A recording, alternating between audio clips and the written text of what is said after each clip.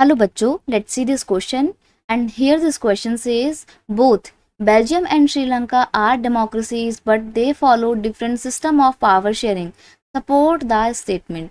Question आपसे बोल रहा है कि बेल्जियम और श्रीलंका दोनों ही डेमोक्रेटिक कंट्री है जहाँ पर जनता का शासन है, लेकिन फिर भी दोनों कंट्री ने पावर शेयरिंग के बिल्कुल अलग अलग सिस्टम को फॉलो किया था। इस स्टेटमेंट को सपोर्ट करते हुए अपना आंसर लिखेंगे हम। Both Belgium and Sri Lanka are democratic countries, दोनों ही डेमोक्रेटिक कंट्री हैं but they follow different system of power sharing, लेकिन दोनों ही कंट्री ने पावर शेयरिंग के एकदम अलग अलग मॉडल को अडॉप्ट किया। In Belgium share equal power to all communities, Dutch, French and German speaking community. अब बेल्जियम में क्या किया गया था, बेल्जियम में जो डिफरेंट लिंग्विस्टिक ग्रुप थे, जैसे कि डच जो कि मेजोरिटी में था, टोटल पॉपुलेशन उसकी 59% थी, और फ्रेंच जो कि जिसकी टोटल पॉपुलेशन में 40% का शेयर था, और जर्मन जो कि सिर्फ 1% थे। इन तीनों ही लिंग्विस्टिक ग्रुप के बीच में बेल्जियम की गवर्नमेंट ने इक्वल पावर दी थी। However Sri Lanka follow system called majoritarianism by promoting the Sinhalese and led to the civil war।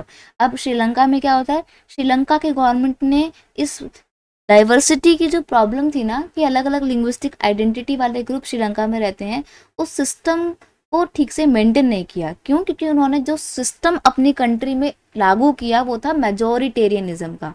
Majoritarianism का मतलब होता है जिसकी कंट्री में जो कम्युनिटी की पॉपुलेशन सबसे ज़्यादा है, उस कम्युनिटी को ही गवर्नमेंट रन करने का पूरा राइट दे देना, और फिर वो मेजॉरिटी कम्युनिटी अपने हिसाब से कानून चलाएगी, अपने हिसाब से गवर्नमेंट रन करेगी, फिर चाहे वो उस दौरान माइनॉरिटी कम्युनिटी की नीड्स को, रिक्वायरमेंट्स को नेग्लेक्ट ही कर दे।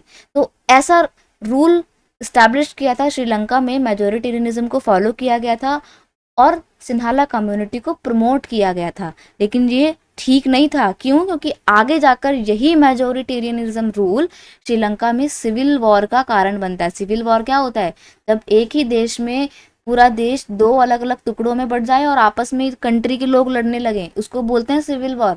तो पावर शेयरिंग दोनों ही गवर्नमेंट ने क्योंकि एकदम अलग अलग तरीके से की थी, तो एक जगह शांति स्थापित हो गई और दूसरी जगह सिविल वॉर स्टार्ट हो गई। तो दोनों थे तो डेमोक्रेटिक कंट्री, लेकिन दोनों ने पावर शेयरिंग के अलग अलग सिस्टम को फॉलो किया और दोनों को रिजल्ट जो है वो बिल्कुल अलग अलग देखने को मिला।